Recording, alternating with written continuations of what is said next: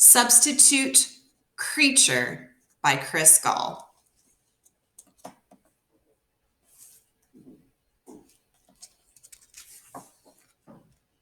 Substitute Creacher by Chris Gall.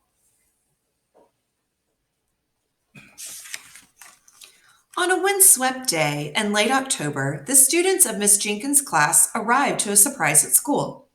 "Substitute teacher today," announced Peyton. Amanda giggled and scribbled on the chalkboard. Luke performed a circus act. Gavin laughed like a mad scientist.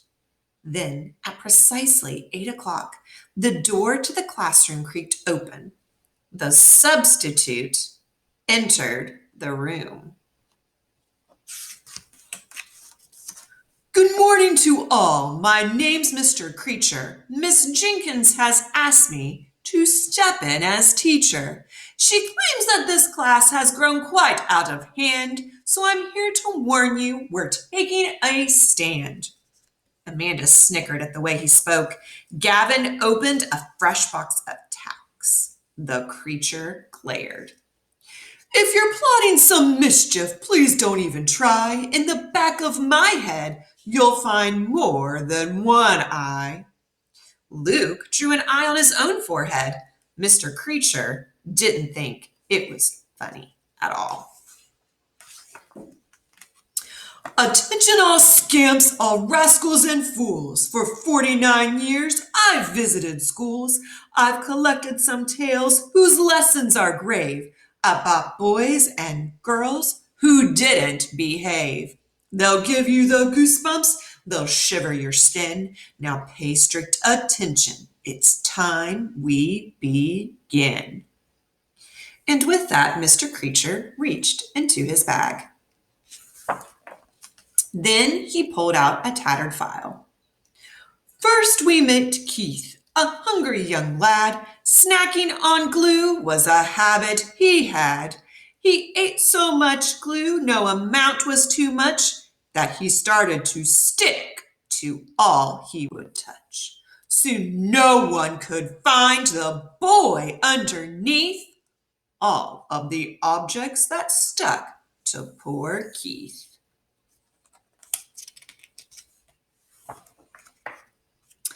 Peyton's huge backpack fell over, and a dozen glue sticks rolled out. Mr. Creature looked very unhappy. "Have you heard about Sarah? She crammed all her stuff inside of her desk, but enough was enough. Her desk was so full that it started to shake. It rattled and lurched like a minor earthquake.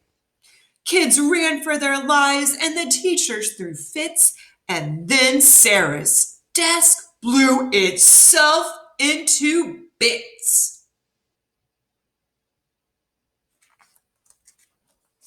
Amanda passed a note to Luke, but Mr. Creature snatched it from her hands. "Kylie, the artist, was always the best at drawing when she should be taking a test.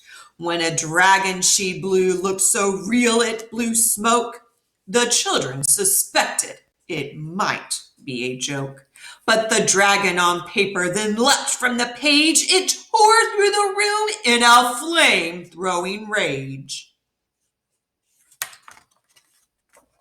"Are you not yet convinced? Did I notice a yawn? In case you're in doubt, do let me go on. Listen up. Have you heard of the daydreamer Zach? His mind wandered off while he took out his snack. So he failed to see the open cage door, and he simply ignored little tracks on the floor. And no one else noticed in time to shout, 'Freeze!' that the sandwich he held was of hamster and cheese."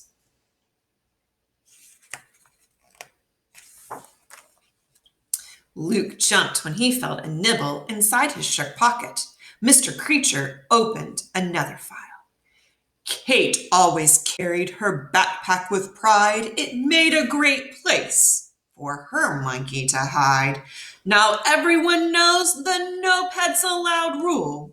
When her monkey escaped, it wreaked havoc at school. Then the children all thought they should bring a pet too. Soon the school was a mess and it smelled like a zoo.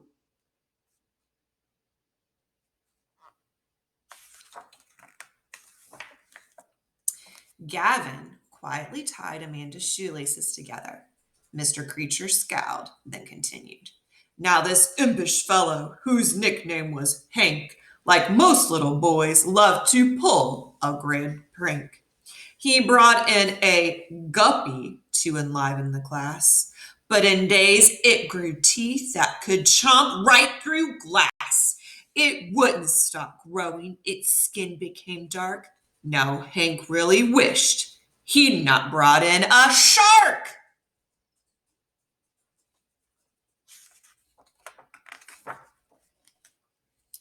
Mr. Creature paused and gazed upon the silent room. Then he reached into his case one last time. And last we have Chris, a most mischievous sort, with a fondness for thieving, I'm sad to report. It seems the poor boy liked to trick for his treats.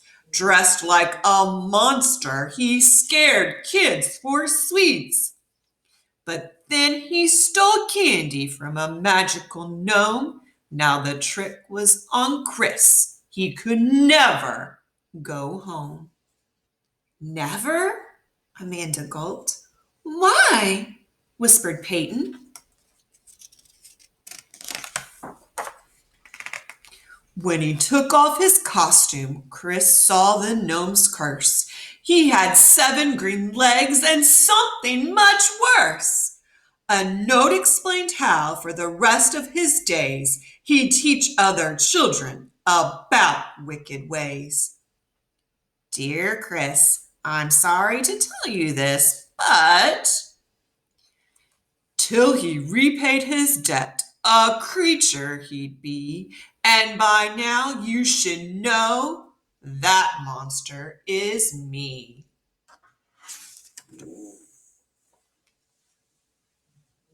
Cool, said Luke. I'm sorry, Mr. Creature, said Amanda. You're the best substitute ever, said Gavin.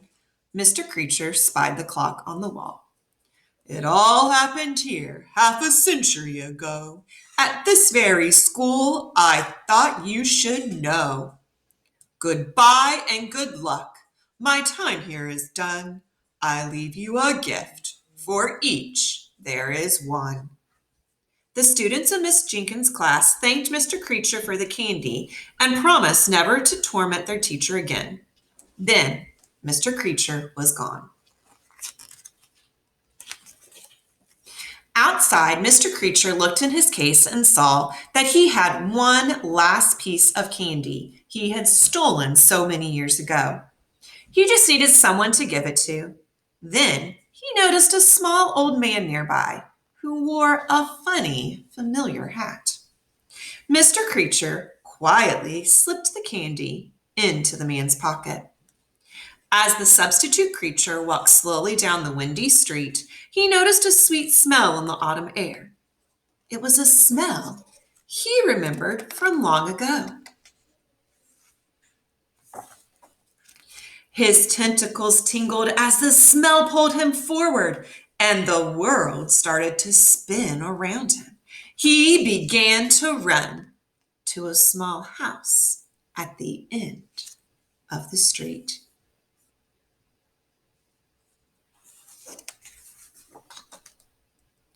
There, his bike was still leaning by the step, and his dog was still waiting on the lawn. Everything was as if he had never been gone. Chris was home, and he was just in time for a Halloween treat.